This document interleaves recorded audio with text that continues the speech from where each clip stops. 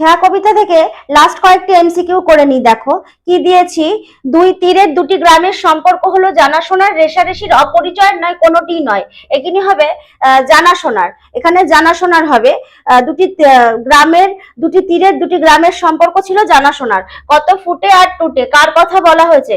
সোনার পদক, সোনার মুকুট, সোনার নাকি সোনার মুদ্রার? এটি হবে সোনার মুকুট।